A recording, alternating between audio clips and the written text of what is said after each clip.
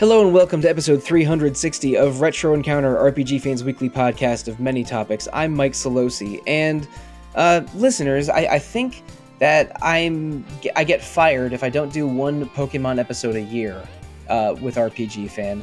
We did one last year in March. That was a Pokemon character draft episode. That was a lot of fun to record, and that was in part because everyone was really excited about Pokemon around that time, thanks to that year's earlier release of Legends Arceus, and coming later in the year, everyone anticipating Pokemon Scarlet and Violet. So, long story short, there was a lot of Pokemon happening the past year or so, and we would like to talk about it in a dedicated episode. But who am I discussing that with? It is three panelists, starting with Niki Fakhoori. Hello. Now, Tom Cox. Hi there. And Anthony Krolikowski. Hello. Anthony, Tom, Niki. That 3 games, 12-month period I'm referring to is from 19 November 2021 to 18 November 2022. Exactly over a period of exactly 1 year, but not a calendar year. We had the Brilliant Diamond and Shining Pearl 4th generation remakes. Then in January, Pokemon Legends Arceus, which is a new kind of Pokemon spinoff. And then the new tentpole release, Pokemon Scarlet version and Violet version, in this past November of 2022. Those are 3 games, or 3 sets of games, that are very, very different and had different reactions, and both from Pokemon outsiders and within the Pokemon fandom, that I think there is a discussion here. So we're going to go in chronological order, starting with Brilliant Diamond and Shining Pearl. What were y'all's experiences with this one?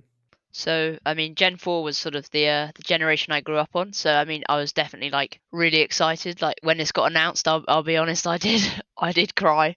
No, I was really excited for it. And while I think there was definitely may not have lived up to everyone's expectations, I think I had a really great time with it. Looking back at, even the games before that, Sword and Shield, where they, restricted the Pokedex, it was nice to be able to, have the Generation 1 through 4, all those Pokemon back. I know nobody really uses Delcatty, but I used it a lot in the Battle Tower, even though it wasn't really that good. We didn't get Sylveon and stuff like that, but it was nice to relive those, those moments, even if, the Pokemon Platinum aspect with those enhancements didn't come through. Yeah, I'm really sorry, Tom. I'm not a big fan of Diamond and Pearl, but I'm a big fan of Platinum. So the thing is, I did skip out on Brilliant Diamond Shining Pearl. However, I think it lived up to what it set out to be, which was an accurate remake of Diamond and Pearl. They enhanced the graphics, they tweaked the Sinnoh Underground, and they kept things faithful to Diamond and Pearl. They did what they set out to do. Whether that was exactly what people wanted or not is a different story, but these are modern versions of Diamond and Pearl. Now, personally, I did not play through these, but I did get a copy of Shining Pearl entirely because of a different game on this list. But we can there's an exclusive Pokemon in Pokemon Legends Arceus that you can catch if you have save file data from Brilliant Diamond or Shining Pearls. That's why I got it. I found it on sale and did it for that reason. But I do like Gen 4 a lot. It wasn't exactly what brought me back into Pokemon. It was Fire Red Leaf Green is what I skipped Gen 3 and then played Fire Red Leaf Green, and then the hype from that led me back into Diamond and Pearl, which came out when I was at university, and I was also excited about playing online for the first time. So I do have affection for those games, but I wasn't that interested in revisiting this one. Maybe I will later because I do have a copy, but there was some not positive fan reaction when this came out. Like the balance of the game is weird because you're introducing fairy types that were introduced originally in Gen 6. And there's also not always a positive reaction to the visual choices made for BDSP, especially since the previous remake, Let's Go, Eevee and Pikachu, were quite beautiful on the Switch. Is that a misconception on my part, or like No, people? Yeah, people didn't love the chibi look of this one. no, you're definitely right. I mean, like Nikki said, it was a faithful remake, and if you look back at the old pixel art games, I mean, yes, they're pixel art, but technically they are chibi, and when you go into a battle, it's sort of more realistic proportions, I guess you could say. But you're definitely right. I think people were definitely put off by the graphics, but I think for me personally, I actually found them quite charming. I had a hard time, getting used to like the following animations of the Pokemon because, like you said with Let's Go Pikachu and Eevee, like, every Pokemon was very like fleshed out when they're behind you, and then you see, people have a Rayquaza behind them and it's like, all coiled up, which and not like swinging around. So it's just it felt like a step back with, just trying to breathe life into these Pokemon when they're out and about with you. Yeah, I mean, I agree. I think obviously I think people would say that maybe Let's Go is perhaps the best looking Pokemon game on the Switch, and I think people sort of gave Sword and Shield a bit of a pass. You know, it's a different game, had those open world aspects, but BDSP is back to sort of your single like your route paths and all of that. So I think there was maybe an expectation that it might look closer to Let's Go, and there was definitely some disappointment around that. Right. So that was my perception. Like this is a very faithful remake, as Nikki said, but there was some disappointment among the fandom, as Tom and Anthony elaborated. But let's move on. We will revisit BDSP, but I want to just get set the table first by introducing all three games. Pokemon Legends Arceus came out in January of 2022. There was a lot of excitement around it, and I think it probably wasn't an accident that it came out in the sort of the same window that BDSP did, because they sort of share a setting, or at least some mythology. Legends Arceus takes place in the distant past in the land of Hisui, which is in the Pokemon world an ancient name for the land of Sinnoh, both of which I guess are based on the Japanese island of Hokkaido. And in Legends Arceus, it's because it's the distant past, like Pokemon husbandry is in its early stages. Pokeballs are a new invention, and they appear sort of wooden in the in Legends Arceus, and not mechanical or high tech like in recent Pokemon games. Pokemon are dangerous wild animals that are capable of attacking you, the player in the field, and not just challenging by Pokemon. So it's and when you catch Pokemon, it's less challenging them and getting them to a weak point and then catching them with a ball. Although you still can do that, you can also sort of stalk, set bait or traps, and just throw a ball at an unsuspecting Pokemon and capture them that way. It sort of, and it's also a semi-open world with five zones that are sort of segmented apart from each other, but within each zone there is a lot of open freedom, and there's a little bit of Ubisoft syndrome, quest giving and NPC checklisting. But it's a game that gives you a semi-open world environment, a lot of Pokemon to capture, a lot of quests and tasks to do in a world that is based on the world of the fourth generation games. So I hope I communicated this. Like, Pokemon Legends Arceus was one of my favorite games I played in 2022. It just seems so different and fun and new for a Pokemon game. I liked it so much that it inspired me to get BDSP when I wasn't interested in it before. And but it's not a fully featured complete Pokemon game. Like, there's some things that you think of as being intrinsic to Pokemon that aren't in this game, like Pokemon abilities or held items. And I don't think it has like a full suite of trading available.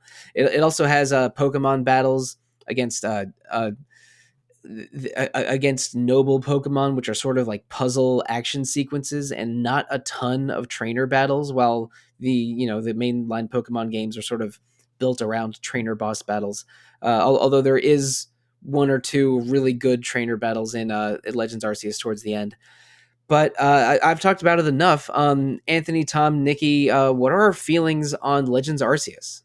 So, like, to start with, once again, mentioning back to Sword and Shield, like, they started off with that open world thing, and I felt like it was kind of a test to see, like, fan perception of, how a world like that would mesh with Pokemon. And they kind of took Arceus, which is kind of you can consider it a spin off because, it's very different, I would say. And they made it, mostly a full open world kind of thing. Like you said, there's the zones. It's more focused on finding Pokemon, the shinies, all that. Like it's more exploration and kind of like more collecting based. And a lot of times the battles felt not forced, but it was kind of just like there to remind you that like Pokemon is, a battling game.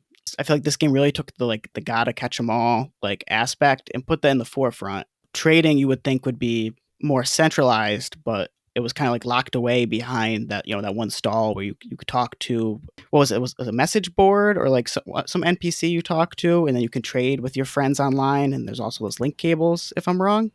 Yeah, there's an NPC in this in the town who you can talk to, and she'll let you trade with people. Yeah, so it just felt like it was definitely more of a single player experience.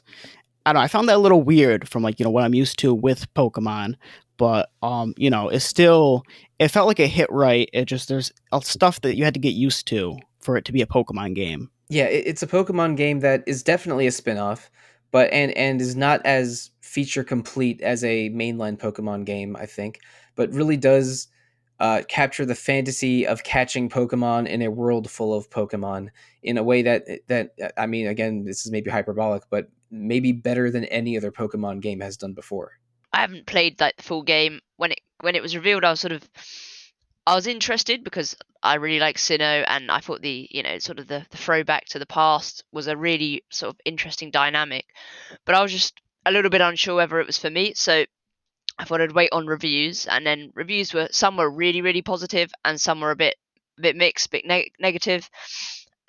So I didn't end up picking it up, but then I was lucky enough at Pokemon Worlds to play a demo of the game for about 40 minutes, and I really really enjoyed myself. So I do now have the game, I just haven't yet started it. I remember those booths. I was really glad that they offered a demo because, yeah, it is pretty different. I do want to say this. It doesn't matter. It's all, labels just exist, but, for who knows what reason. But they are mainline. No matter how different they are actually officially listed as mainline titles. With that in mind, I do admittedly need to replay Black 2 and White 2 in order to say this for certain, but I think Legends Arceus are my second favorite mainline games in the series. I really love them. I think they have, like Anthony was saying, that focus on exploration is done very, very well. And we'll probably get to talking about this later, but I think having the quests gives a lot more direction to your exploration than another set of Pokemon games had with its lack of quests. And I think it gave the games a lot of opportunity to bring the Pokemon to life in a really interesting way. Like, hey, those little guys are bees and they have honey. Can you go catch a bunch of different bees from different trees so we can see how their honey is different? It's like, oh, cool. Now I feel like the deep lore of Combi has been, further fleshed out. These Pokemon that you wouldn't really think of as particularly interesting or like quote unquote deep now have a lot more personality behind them because you are, exploring them through these quests that give them their opportunity to be unique.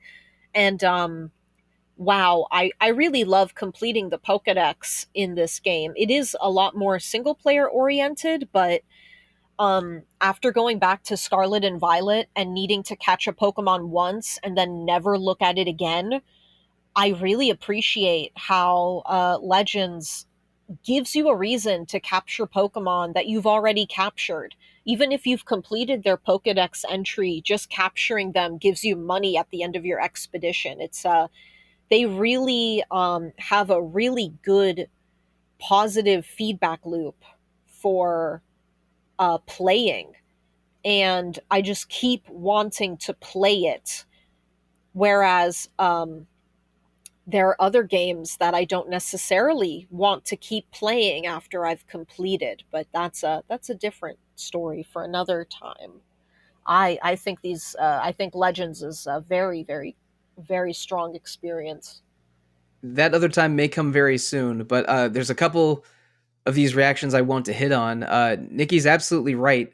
The game rewards you for any kind of activity, and you fill out your Pokemon's your Pokedex, like fleshing out the information and your data about the Pokemon by catching more of them or by using them in battle.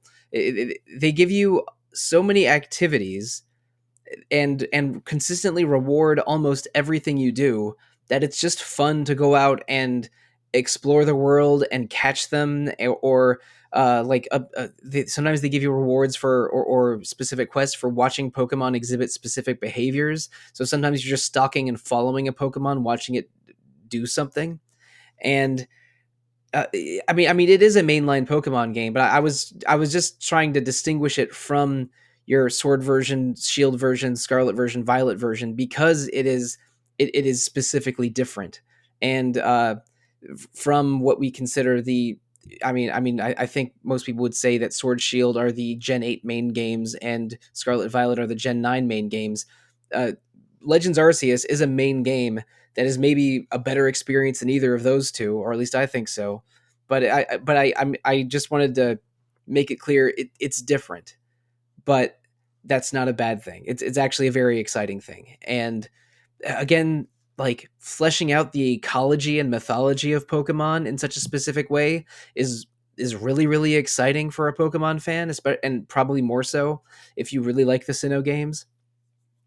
And I'm not close to a full Pokedex on this one. I'm probably I think the full number is something like it's like 238. Uh, but then when you add mythic ones, it goes up to 243 or 244. I those numbers are pulled out of my butt a little bit, but it is quite possible to get a full completed Pokedex without doing any trading or any two-player activities, which makes this a self-contained experience, which is a little unusual for Pokemon, but still super fun. I mean, you can check my Game of the Year feature that I wrote a few weeks ago, but Pokemon Legends Arceus is among my favorite 2022 games that I played.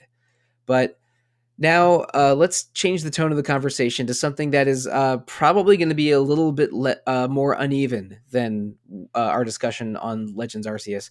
Pokemon Scarlet version and Violet version came out on November 18th of 2022, and they were much ballyhooed. I mean, they are the first games of Gen 9. Now I'm hesitant to call anything main series or spinoff now, but like they went for a full open world as opposed to Sword Shield's have semi-open world where they would have just the wild area section of Sword Shield was very open, but the rest was a very traditional Pokemon game.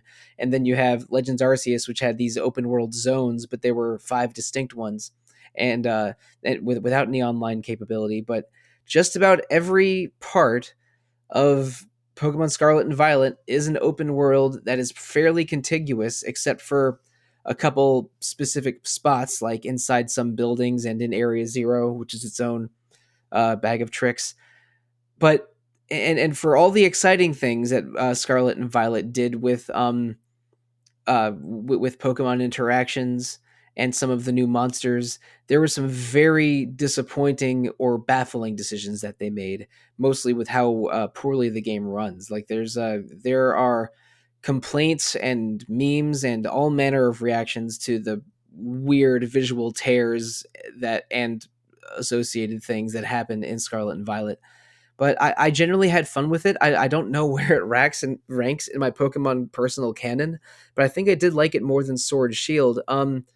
Whomever wants to go first, tell me about your personal reaction to Scarlet and Violet. Yeah, so I mean, I think at first, obviously, the major problem was that it ran awfully and there were bugs, and I think over time I sort of got to the point where I was like, right, well, that's how it is for now, and I've just got to deal with that. But the further I've got away from the game after finishing it, the more I think the problems they're not just the performance of the game. I think, yeah, it delivers an open world, but I would argue that the design of that open world is not brilliant. You can't you know that there's a, being open world, there's an expectation that you can go where you want, do what you want, and to an extent you can, but there's no way you're taking on that final gym leader. As you know, there is still an order to the gyms. There is still Pokemon you're not going to be able to catch. So I think there's some design choices like that that are just honestly quite baffling. How like you can just expect your players to be like, oh great, I want to go over here, but you can't because you're just not going to have a good time. And then what's even more confusing is the quote unquote correct order has you weaving from one side of the map to the other, and it's just incredibly confusing to try and figure out what you're meant to do. Tom, you are so right. Everything you said is so absolutely correct. No lies. Oh my God. I know I brought this up in my review of Scarlet and Violet, but it still blows my mind that the Ghost Gym Leader and the Ice Gym Leader are literally right next to each other on the map, but you are supposed to do Ghost Psychic Ice. The Psychic Gym Leader is all the way on the southern end of the map. Why are you expecting me to go all the way down there when I'm right here? Yeah, the critical path, if you go by the levels of the Pokemon you're fighting, there's no rhyme or reason to it at all. You're zigzagging all over the map, with one glaring example being that Ghost and Ice Gym Leader separation, and that's also strange because the wild area in Pokemon Sword Shield did have level scaling, and by the time you had every gym and were in the post game, you like everything was level 60, and if they did something like that with the Pokemon of everywhere around you going up in level and higher and evolved forms starting to appear at different points. If they did that with the more especially since there's 18 badges to collect in Scarlet and Violet, like if they did something like that with some form of level scaling, I don't think that would have made anyone upset because I mean, difficulty rising and danger increasing as you explore more of the game and accomplish more things is just logical. But Scarlet and Violet does one interesting thing with its story paths, where basically there is the path of completing 8 gym leaders and defeating the Elite Four, and then a champion at the end. But also 2 alternative ones, where one where you're searching for legendary ingredients to and fight 5 Titan Pokemon, and another where which is the equivalent of the old Evil Team storyline, where you're challenging 5 delinquent students at their home bases. Team Star is the name of the evil team in this game, but it's one of the least evil teams that we've encountered in Pokemon.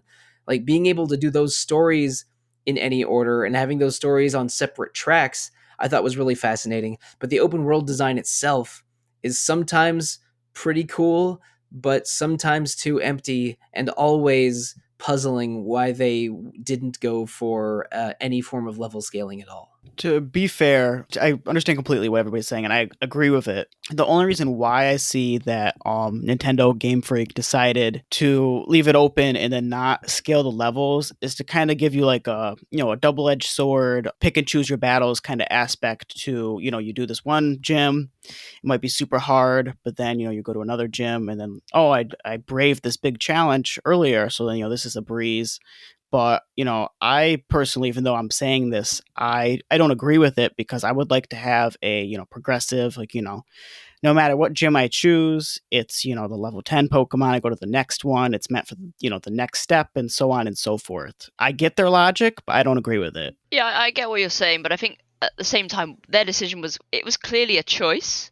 But I think if you're not going to have level scaling, then you either need to have much clearer directions or some sort of signposting, because you can't like, okay, so we're adults, so we can sort of get around it, but Pokemon at the end of the day is designed for children, and is a 7-year-old are they gonna understand that they need to go somewhere else, or are they just gonna butt their head against a wall for the next 5 hours and give up? Like, I think ultimately, like, the decision they made was not the best decision, and how they handled that decision was also handled very badly. Yeah.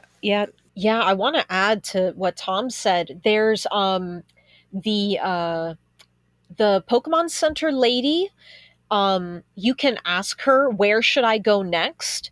And she tells you to go to the place closest to where you are, regardless of the level. So I have seen some people speak to her and end up skipping like 3 gyms because she just tells you to go to the closest place. She does not even tell you the proper order to do things in. That's really unacceptable, I think.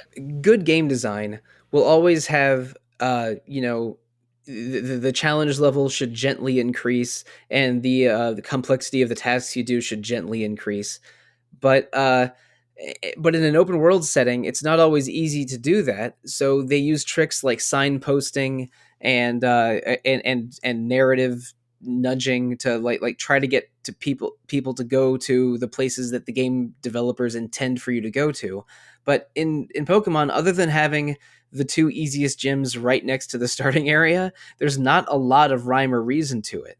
It didn't affect me that badly. I think I had to do one gym and one star base out of order.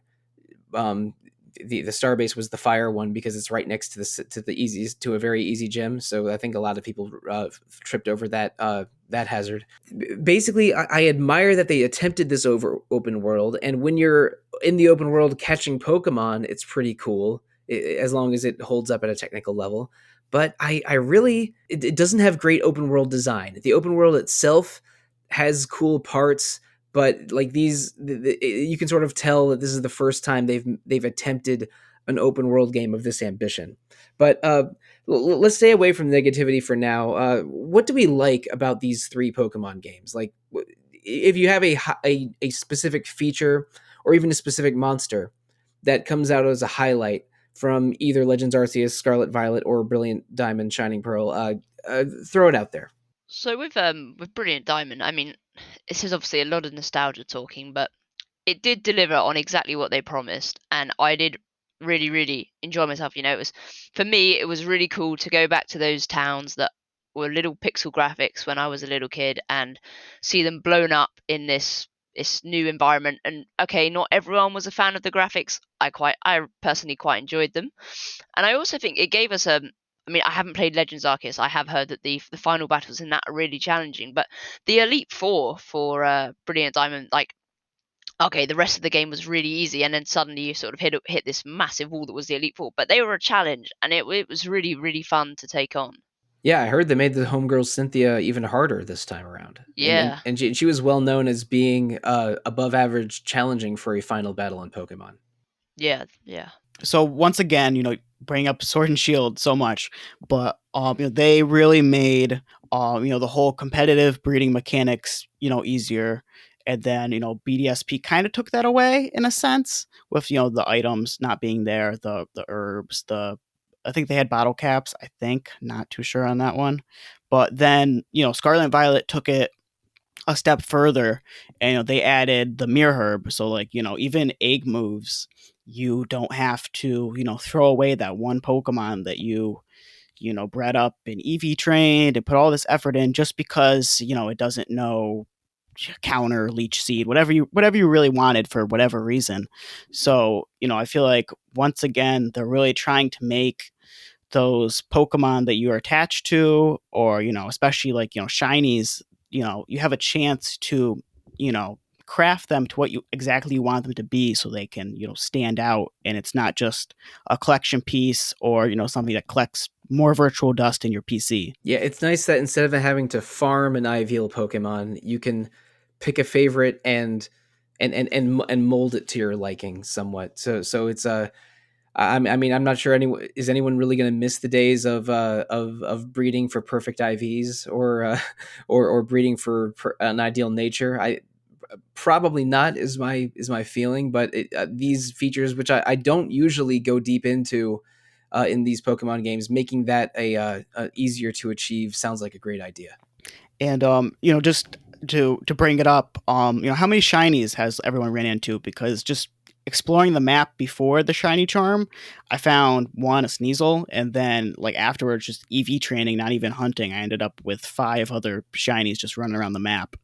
This is in Legends Arceus. No, this is Scarlet and Violet. Oh, okay. I think I know we're staying away from negativity, but I think Nikki actually brought this up in a podcast. The issue with half of these shinies is the lighting is so awful. That's You can't very tell they're fair. shiny. I almost missed a shiny Magneton. I literally would not have, I almost walked past it, but then I realized I needed to catch one for the Pokedex, so I decided to fight it. And this is curious, and Nikki, you can probably expand on this. Like a lot of people really love collecting shinies, and shiny Pokemon are again a rare instance of a Pokemon appearing with a different coloration than normal. Listeners, in case you're for the uninitiated, although you all probably knew that already, Arceus is very shiny friendly. Like they give you an audio cue and a sort of a sparkling icon when you see a shiny, and once you complete the Pokedex, you get an item that increases the likelihood of shinies appearing, and they also give you some items in game that help with shining hunting and also like special events. Nikki, during outbreaks in Arceus, is there a higher appearance of a higher chance for shinies to appear? Yes. Right, but in Scarlet Violet, like they remove some of those features, or and it's shinies are somewhat easy to miss, and they don't have as many shiny friendly features unless you get deep into sandwich technology. But is that roughly how it went? Yeah, so like I've seen videos, people, shinies spawning in walls, and like, you just throw the Pokeball at the wall, and then suddenly there's a shiny Bagon or something. But oddly enough, like, Legends Arceus with, the shiny sparkle, the noise, everything, I only caught one shiny in that game. So, that's 1 to 6. So I it's all luck based, obviously, but I had a much better time compared to any of my Pokemon games just running around the map and finding them. So, I guess I have a biased look at, like, yeah, it's great, but I definitely see the problems with, not having your sparkles and your sounds. I don't want to be contrarian or anything, but I have about half a box full of shinies in Legends, and I do not have the shiny charm yet. I do have the shiny charm in Violet, and I have about half. And I've been looking at mass outbreaks every day that I turn the game on. It is all down to luck. It is. That, some people have found tons of shinies in Gen 5 and earlier, which the rate for finding shinies was half what it currently is. And the shiny charm didn't exist until Black 2 and White 2. So it is totally down to luck. But what I will say is it really bugs me that the Pokemon, the wild Pokemon that have special Terra types, have this aura and a sound effect next to them, which sometimes, even once they despawn, you can still hear the sound effect.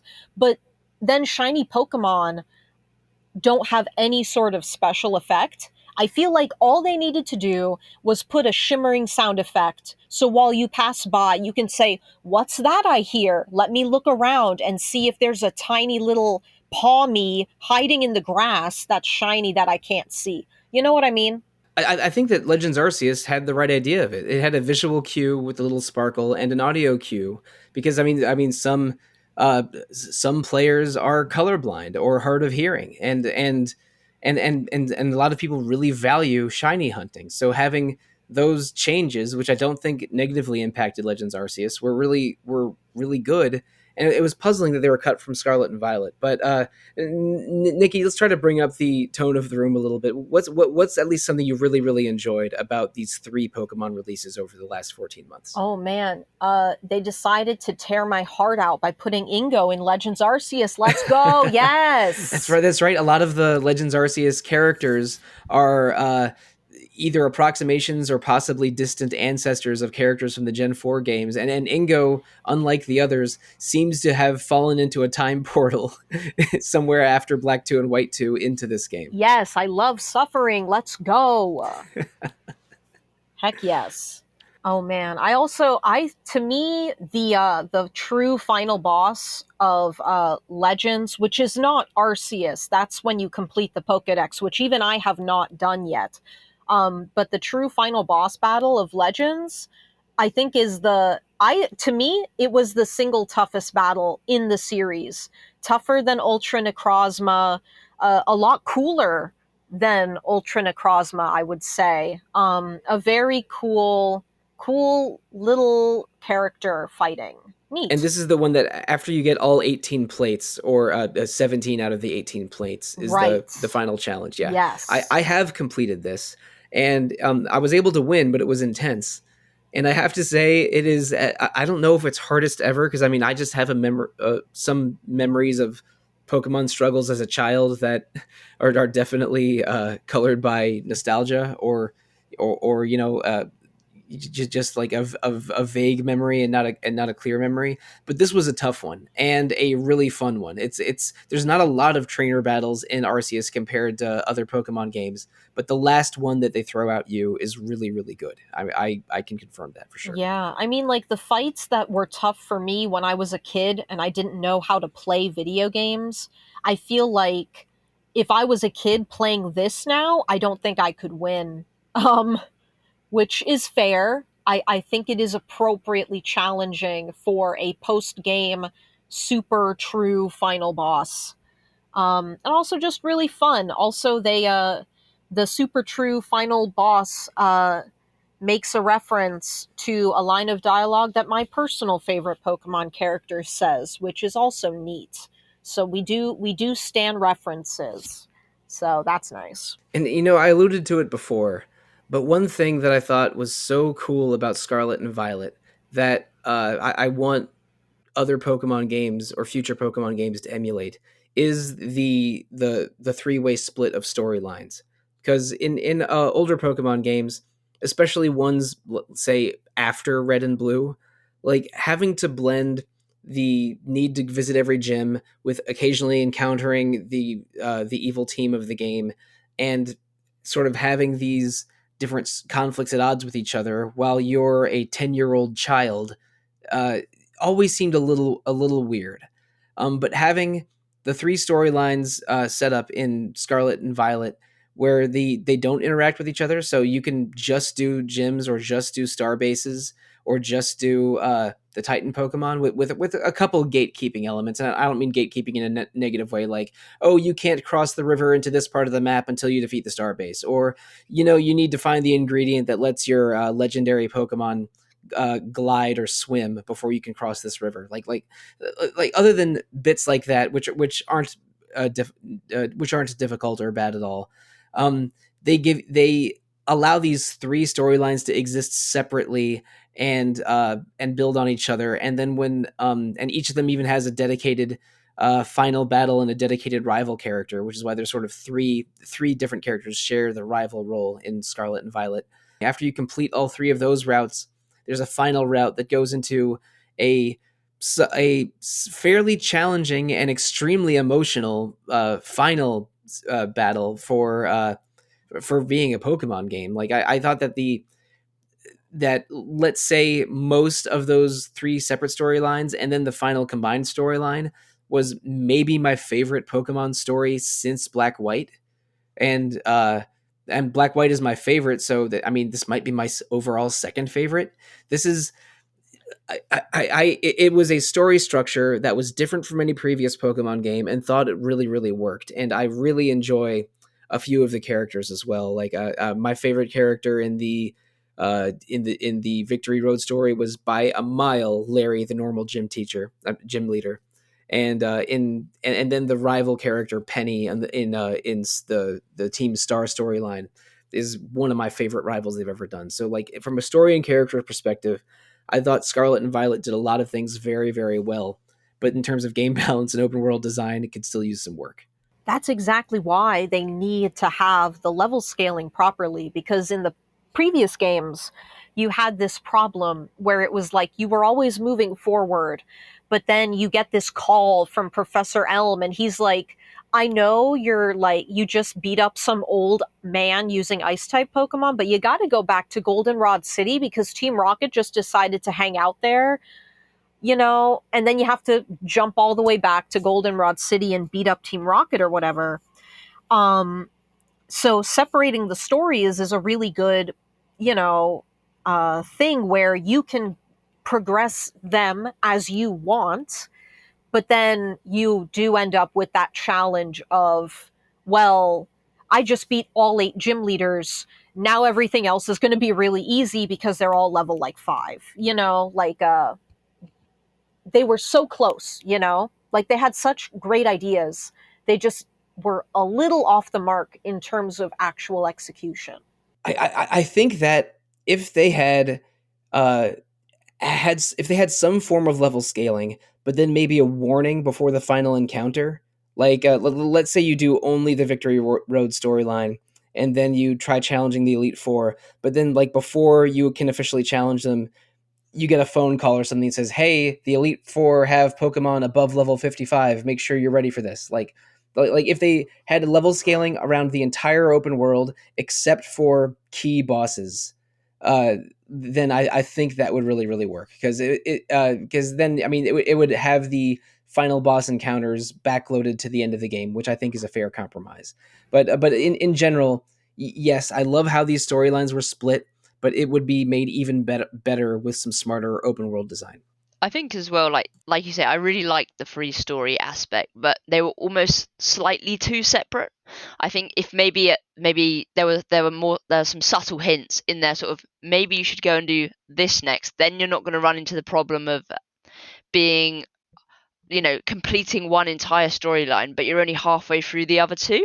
If each one sort of intertwined a little bit better, then maybe you're sort of pushed towards doing a different part of another story. And I know that's not easy to do, but I think if they were to do that in maybe a follow up or if they bring out DLC or whatever, then that would maybe just balance your overall experience a bit better.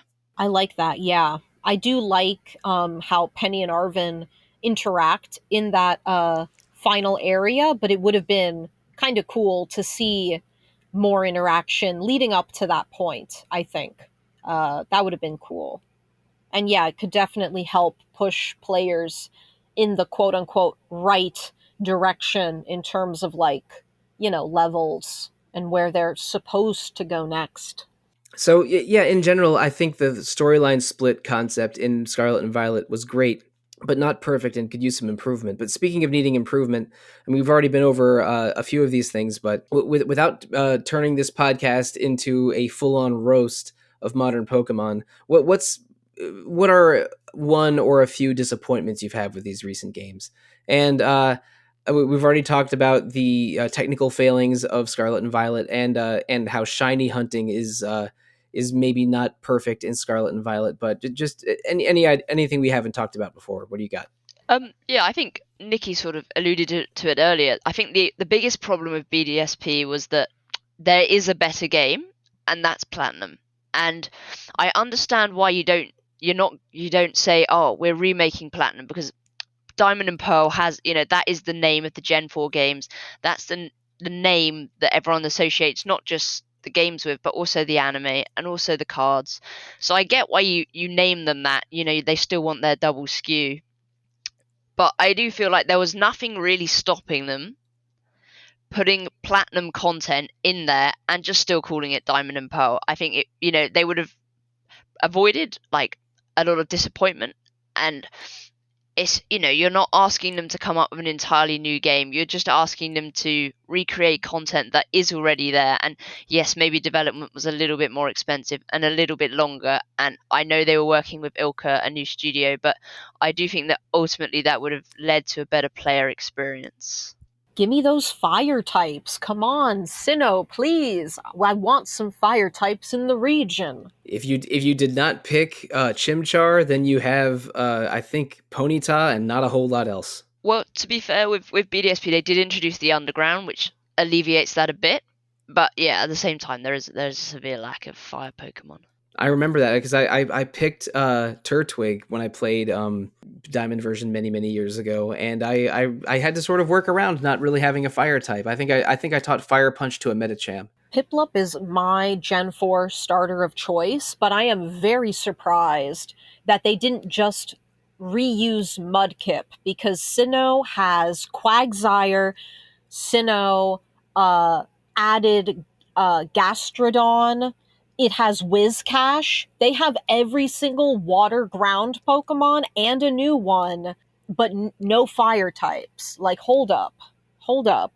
Of course, you could count Magmar, and I think there might be another one, but you can't even access that until like post game stuff unless you're really in the underground and you're searching for that 5% Magmarizer to actually spawn on that Magmar or Magby.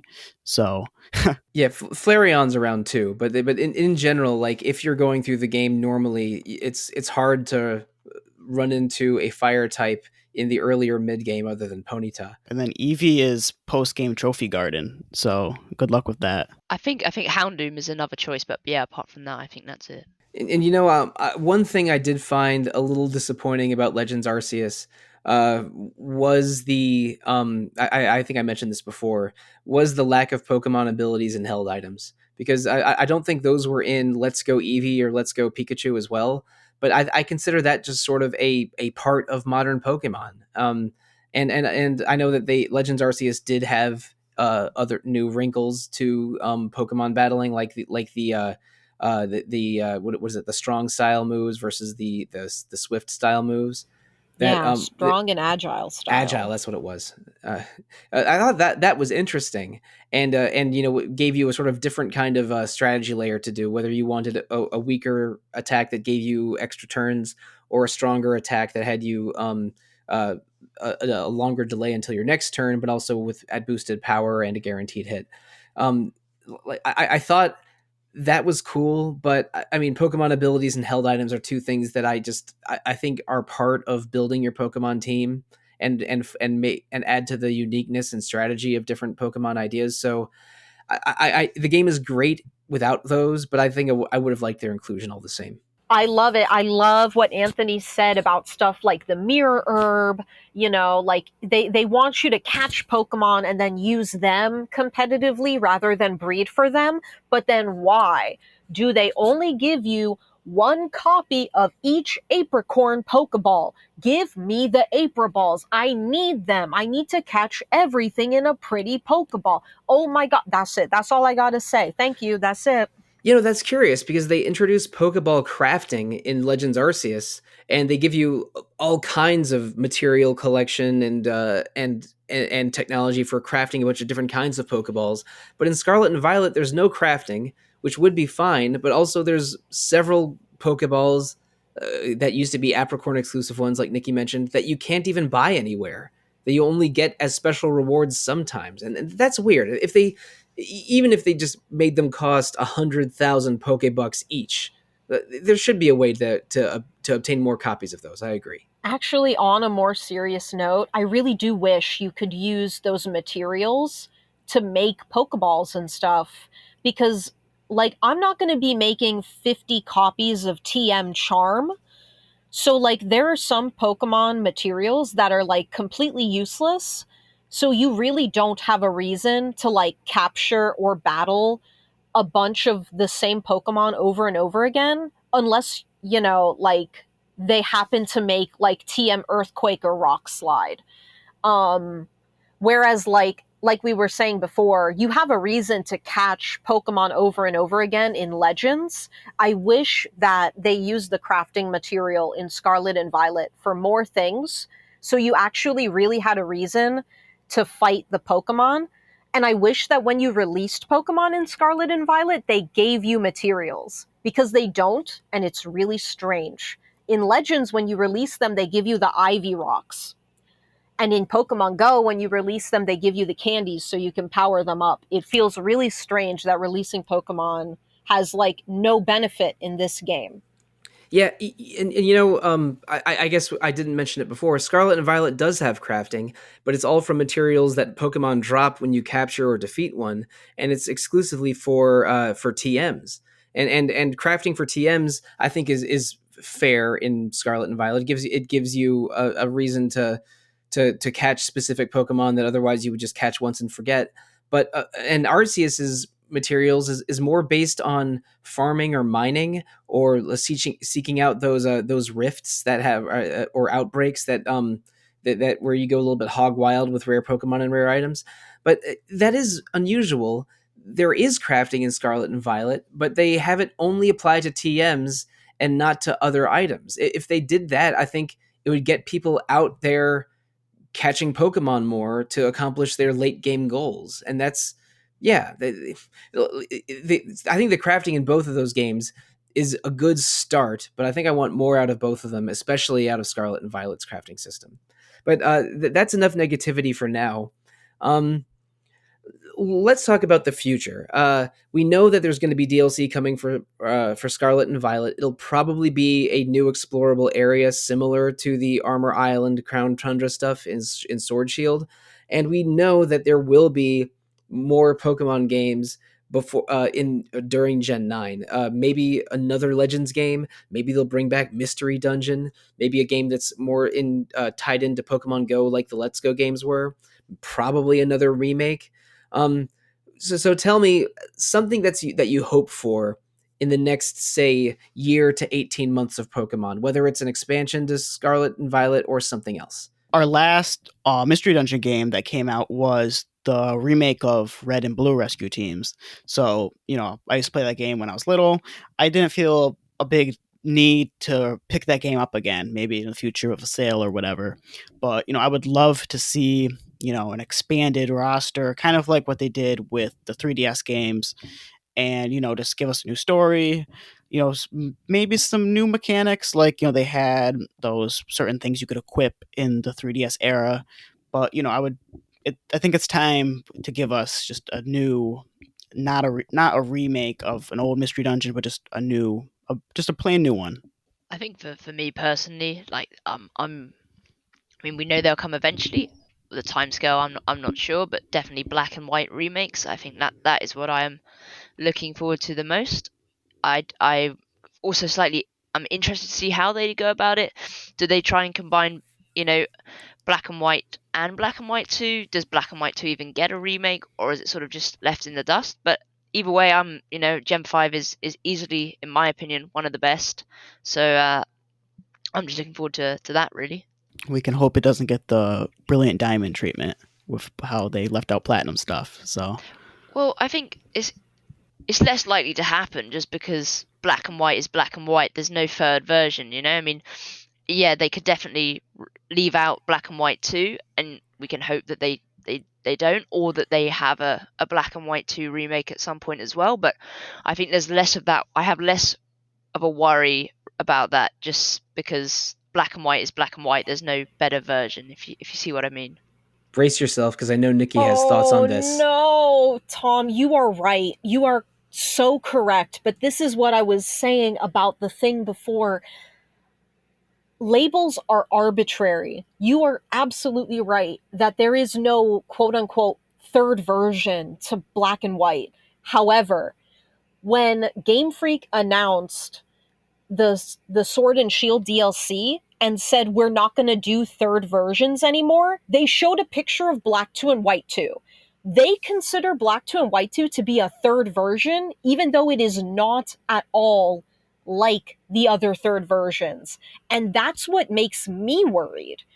I really do think that if they were to remake Black and White, they would either completely skip over Black 2 and White 2, or they would make a weird, strange post-game Colress battle and leave it at that. And I'm so worried. I also genuinely worry that there are a lot of dragon-centric final battles. The 8th Gym, N and his dragon, Getsus and his Hydreigon. Whimsicott is accessible early game to everybody, either through an in-game trade or in the wild. It would now be a fairy type and destroy the entire balance of the game. I don't really mind if it happens in the next 18 months or later. I want them to just port Black and White and Black 2 and White 2. They can have the Pokemon Black version collection with Black and Black 2, and then the White version collection with White and White 2. But, keep the graphics the same, don't change the graphics. Keep the mechanics the same, don't add fairy type. What they could do, there's no way that they're going to bring back the dream world, so just change any NPC's dialogue about the dream world to be about something else. They could do what they did with Crystal version on the virtual console, and have an NPC, maybe Professor Fennel, could give you like the ticket to go to the Liberty Island for Victini, have the mythical Pokemon like just accessible. Like, and especially big pipe dream of mine would be like the Capcom collections where they have like concept art and like a beta version of the music, because if you see the concept art, like early concept art for the Gen 5 characters, it's a whole new world. I would love to see like developer commentary on like Black and White and like what they were doing, because apparently they said that they took one whole year making the story by itself, which I think is more time than the entire games these days get to be developed. So I would be really interested in just like ports of Gen 5. That way we get everything. We get Black and White, we get Black 2 and White 2. We don't get any strange things that come about from new balancing, and then they can give us Black 3 and White 3, and yeah, that would be cool. That is a very ambitious dream that I Isn't it bad that that's ambitious? It's a port. It's a port. That shouldn't be ambitious. And but you're right in that sort of extra features, like sort of making of and developer diary stuff, it can be really exciting in games. Like all the Street Fighter collections have all kinds of concept art and stuff in them. Which and the you're probably thinking of Great Ace Attorney Chronicles when you Oh, were what talking a good game. Wow. Yes, you're when right. when you were talking about Capcom collections. Yes, and recently the Atari 50 anniversary collection has something like several dozen Atari games on it, and then developer interviews and work in progress versions of these old Atari games, including stories about like finding ancient arcade machines that were locked in barns, and stories of drug use while developing games in the 70s that are completely wild. Like that Atari 50 collection is almost better as a documentary than as a collection of actual games. So like more games with features like that is extremely welcome, and a Pokemon remake would be a great vehicle for that. But I want to share something that was an idea I had that I've talked to a couple of people with, including some of you here. But I think that Pokemon Legends Arceus is so exciting, in its reinterpretation of Pokemon lore and in even the new Pokemon it adds, that I think that Pokemon Legends should be a new subseries where they go into different parts of the Pokemon world in the distant past, and with a unique story and new interpretation of existing Pokemon things. So I want to talk about my least favorite Pokemon generation, which is maybe insulting to listeners or to the three of you. And I want Pokemon Legends Zygarde. Go back into the Gen 6 games and give us an old version of Kalos with castles, cathedrals, a medieval aesthetic. Maybe there are orders of Pokemon Knights. And maybe there's Xerneas and Yveltal are sort of revered as gods of neighboring kingdoms at war. I think that the Kalos games were a little undercooked, and didn't feel, especially coming off of Gen 5, which is again my favorite generation, that I think that a game that goes into the lore of Kalos and the monsters there uh, could be really really exciting. And I mean, I would play a game similar to Pokemon Legends Arceus in a lot of different settings, but I think Kalos, because it had the French European setting with some things like castles present, like going into giving us like a Wars of the Roses or 100 Years War version of Pokemon could be really really cool. And also I want to see what crazy new versions of the starters that we got, because I thought that Hisui or Legends Arceus specifically gave us improved versions of Samurott and Typhlosion. And so something like that with I want to see a new Legends game, specifically maybe in Kalos, with new interpretations of starters and past evolutions, because I liked Arceus so much. Yeah, I mean, I haven't played Arceus yet, but I definitely plan to, and I mean that'd be really cool. I actually quite enjoyed Gen 6, so I'd be really interested in going back and having a look at its past and all of that. Yeah, I would love that. I can't wait to see AZ's Floette get drafted into the war in real time because yeah, let's go depression, let's go sadness. But I completely forgot about that storyline until you brought um it up. yeah, young AZ, let's go. My only question is, would that happen in the next year? I feel like if they're gonna do any sort of like previous region stuff, we're moving into Unova before we move into Kalos. But when it's Kalos's time, I think Kalos really would shine with a Legends treatment from like ancient Kalos. Yeah, and also talking of like the starter forms and all of that, Kalos obviously had mega forms. So seeing if they're there, that would be some ancient mega forms. That'd be really cool to see. Oh man, because then when the weapon goes off and then Mega Evolution is brought into the world, like a bunch of Pokemon can just be like rampaging as Mega forms around the region and try to kill you. Yeah, Let's go. yeah. Yes. Maybe Legends Zygarde could introduce how the Megastones were first created. Well, And we know that, okay? That was okay, explained in X and Y. It was when the ultimate weapon went off that all that energy kind of accumulated and made megas a thing. yeah. So just as you suggested, we could witness that event and then deal with the immediate fallout of that event in a hypothetical Yes, Legend literal Zygarde. fallout. I can't wait. Pokemon mass destruction. I don't know if any of you have seen any speculation, but the whole Area Zero connection, and then the that ultimate weapon from Gen 6 and like possible DLC. Have any of you like seen any of those theories? If you want to talk about that. Let's talk about it. I haven't heard of it, but that sounds amazing. Paldea is fake Spain, and Kalos is fake France. So if that ultimate weapon catastrophe event happened nearby, maybe it is the Area Zero crater. So there's lots of Floette down there, and then like there's the Go Go, a lot of Gen 6 representation. Greta, one of the not too strong champions, has Go Go and that kind of representation. All of that stuff, and makes me feel like, as much as I'd like to see Gen 5 first, just chronologically, I feel like something Gen 6 big is coming, at least in DLC, and I would be happy to see something like that come about. Yes, let's go. Pokemon Scarlet and Violet Kalos DLC. I'll take it. Let's go. All right. Well, that's enough talking about the future.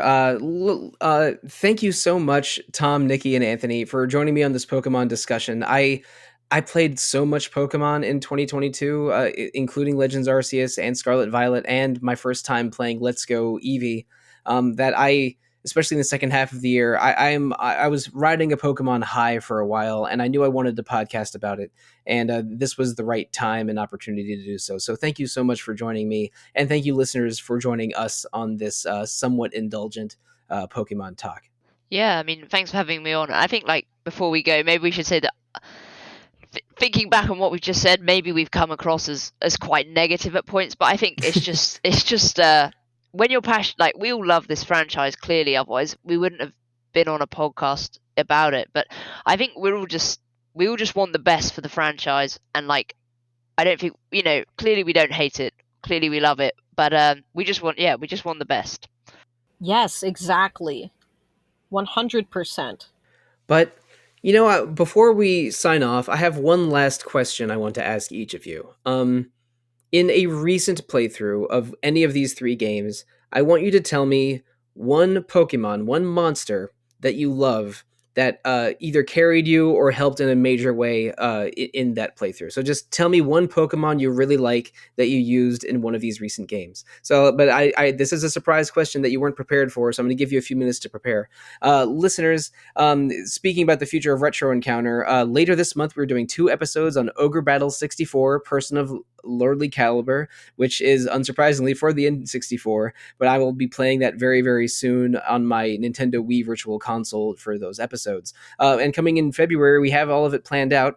We're doing a new character draft episode, this time on the Xeno series. So we have a Xeno draft coming in early February, as well as another episode about our individual RPG obsessions that I'll explain when the time comes, and also 2 episodes on Lost Odyssey, a Mistwalker game made for the Xbox 360 that, even though it's not available on modern platforms for the most part, is still a cult hit. and that we have some people in RPG Fan very excited to discuss.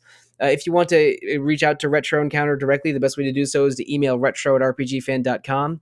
You can also find RPG Fan on Facebook, RPG Fan.com on Twitter and Instagram, or RPG Fan has dedicated Discords, YouTube, and Twitch channels as well. Please interact with RPG Fan however you choose to. RPG Fan also has a dedicated shop, rpgfan.com/shop, where you can find merch emblazoned with the RPG Fan Emerald Shield, including coffee mugs, phone cases, clothing, and other things. RPG Fan has 2 other fine podcasts, Random Encounter every 2 weeks about randomness, and Rhythm Encounter also every 2 weeks about RPG music. And you can review Retro Encounter or those other RPG Fan podcasts on Apple Podcasts, Google Play, Spotify, or whatever vehicle you choose. And give us all the feedback you want. But first, I want some feedback from my panelists, starting with you, Tom. What is one Pokemon that you loved using the past year, and where can people find you on social media? Okay, so mine's quite basic, but it's Piplup. It's my favorite Pokemon, and the problem with having a starter as your Pokemon is they're very rarely in the Pokedex, or at least not accessible before post game. So it was just fun to have it on my team again. But yeah, and if you're looking to find me, the best place is probably Twitter. You can find me at VoicelessTom. And I should say there is a Piplup that you can find in Arceus. The Sinnoh starters are in the wild in slightly hidden areas. Oh, I did. I did see that in the demo, and that was that was a setting point for me. Excellent. Now, Anthony, tell me one of your favorite Pokemon that you used the last year, and how listeners can find you online. So surprisingly, they brought Gulpin and Swallow back to Scarlet and Violet, and I've kind of always wanted to make them work. And using that Mirror Herb that I mentioned earlier, Stuffed Cheeks and then Belch is quite the combo, as long as you don't run into any psychic types or ground types. But the best way to honestly find me is to just go on the RPG Fan website. I have a link to my Twitter and my portfolio website. But if you are persistent and just want to go directly to the Twitter, it's at AntonioNeonio_K. And now, Niki, tell me one Pokemon that you loved using in the last year and how people can find you online. Well, part of me wants to, give a shout out to my starters because they're always great to have on the team. But, I'm going to go with in Legends, there is a relatively early quest where you can get a shiny Ponyta. I guess because Ponyta is the fire type of the Sinnoh region. And wow, I mean, that Ponyta became a gallant Rapidash and was so helpful throughout the entire game. And it really brought back those good old Gen 4 times of always using a Rapidash, because that was the only fire type I could find. It was really a nice old callback, but this time it was shiny. And I really, really appreciated that. Big old powerhouse on my team. And if you want to find me on the twitter.com, I'm at otome_Niki. That's Niki, just 1K, because 1K is Niki, 2Ks is a diary. And I'm not a diary. I'm Niki. Thank you, Niki. And personally, going back into my Pokemon Legends Arceus team, I really had 2 that were my favorites for the whole run. And you know what? I'll one of them was Hisui and Gudra. Because you catch a Gumi, which is the Gen 6 baby dragon Pokemon, and normally it evolves into a slug-like sap sipping or like rain heavy dragon called a Gudra, and that again resembles a slug vaguely. But Hisui and Gudra, when you evolve Gudra in Legends Arceus, it becomes Dragon Steel and has a giant snail shell at the top of it. And that thing is just unkillable. I made one named Grandpa that learned Flamethrower and Dragon Pulse and a bunch of other stuff. And it was one of my horses that carried me through the end game, including being a key player in that difficult final battle in Legends Arceus. So even though Gudra was not one of my favorite dragon Pokemon in the past, I now genuinely love Hisui and Gudra thanks to Pokemon Legends Arceus. So listeners, whether you're a Piplup or a Turtwig or a Chimchar kind of person, we appreciate you listening to us. Thank you. good night, and good luck. After you follow me at The Real Monsoon on Twitter, at Eat Voga for Dogs on Twitter, and Monsoon Mike on Discord.